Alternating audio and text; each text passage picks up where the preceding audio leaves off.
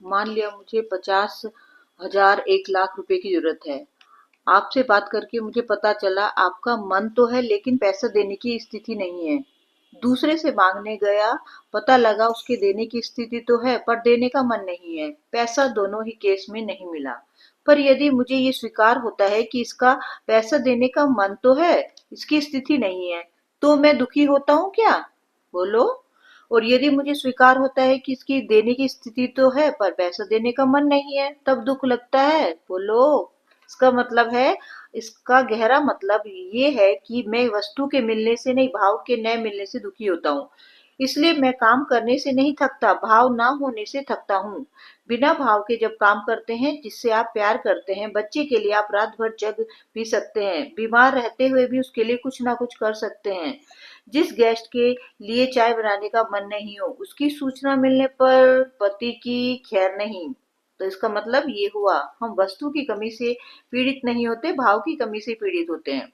वस्तु की कमी भी भाव में कमी को रिफ्लेक्ट कर देती है। मेरा मकान छोटा है, आपका मकान बड़ा है, तो मेरा मकान छोटा होने से क्या मेरा भाव छोटा हो जाता है?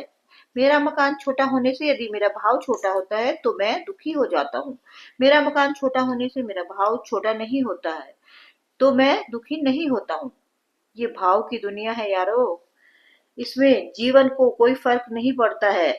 ना आपका 10,000 करोड़, ना आपका 100,000 करोड़ छूता है।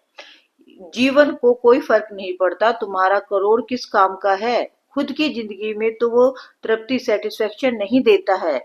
कितना पैसा मेरे पास आने से मेरा भाव व विचार हमेशा के लिए पूर्ण हो जाए? क्वेश्चन पूछ कर देखिए स्वयं से। कितना सुंदर शक्ल होने से मेरा भाव विचार पूर्ण हो जाएगा? कितना बड़ा पद होने से मेरा भाव विचार पूर्ण हो जाएगा? पूछो तो सही अपने आप से।